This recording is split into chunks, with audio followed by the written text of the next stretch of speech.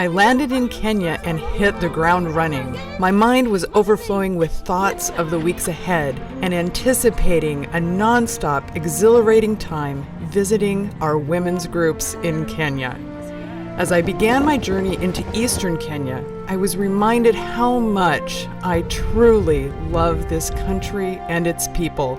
It is a country of amazing beauty and a land of stark contrast. Traveling from group to group, I passed through villages that have no dependable source of clean drinking water, creating a dependency on unclean and unsafe water sources. And in each village I passed through, I saw not just a water problem, but a human problem. A problem that is seen primarily in the lives and faces of women and children. You see, women spend hours away from home in search of water. So gardens go unplanted, businesses aren't started, children don't go to school, and the unclean water they do bring home is dirty and full of disease. This cycle of poverty creates a sense of hopelessness and a lack of self-esteem and is passed down from generation to generation.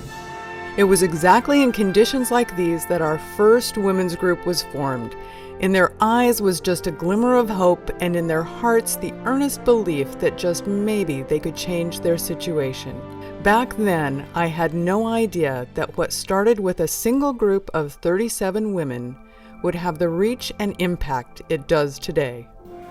On this trip, the extent of that reach and the potential to transform thousands of lives became abundantly clear.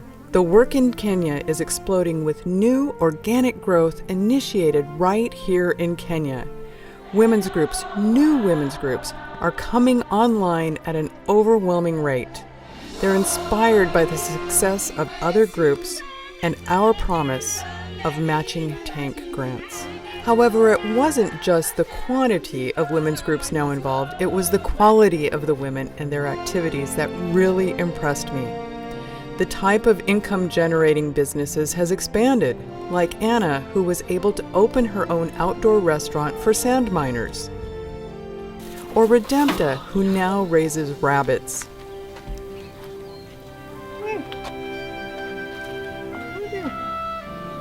She sells rabbits. Mm-hmm. Or Mary, who is building a greenhouse to protect her young, fragile plants.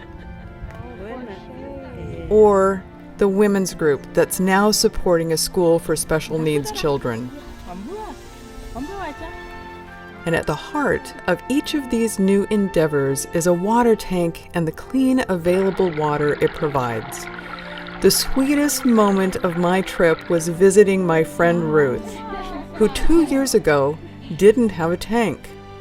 But through a matching grant provided by Partners of Women's Enterprises, I was privileged to share a drink of water with Ruth from her new tank. Oh, it tastes so sweet. Yes. Oh, thank you. Opening that spigot of water means freedom, health, and opportunity for a woman who once had none.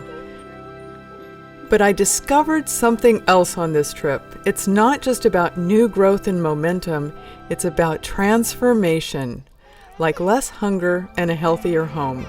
Without water, a woman can't cook nutritious meals for her family or grow fresh vegetables in a garden.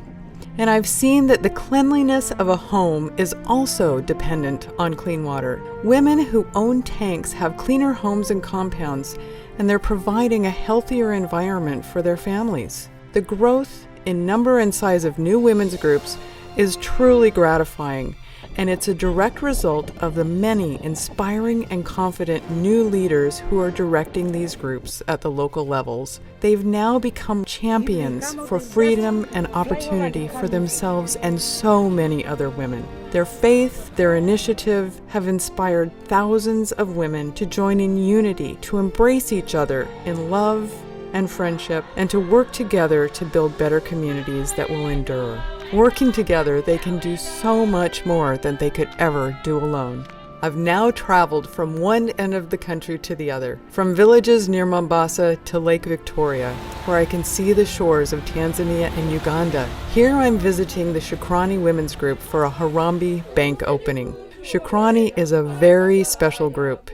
It's the first group established in Western Kenya, and it's led by Alice, a Women's Enterprises board member in Kenya. There is real joy here as the women open their Harambee banks, count their savings, and anticipate the matching grant provided by the Partners of Women's Enterprises.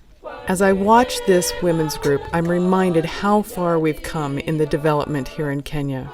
While these women pioneer the first women's group water project in Western Kenya and open their Harambee banks, groups in Central Kenya have moved on to cashier's checks, business plans, and supporting schools. So as my travels come to an end, I've realized this trip, what started as an assessment, has ended on an epiphany. God has shown me it's absolutely possible to cover Kenya from Mombasa to Lake Victoria with thousands of life-changing water tanks. Tanks that provide a cool drink of water when it's hot and dusty, tanks to water gardens and start businesses, tank after tank after tank that will change the destiny of Kenyan families for generations.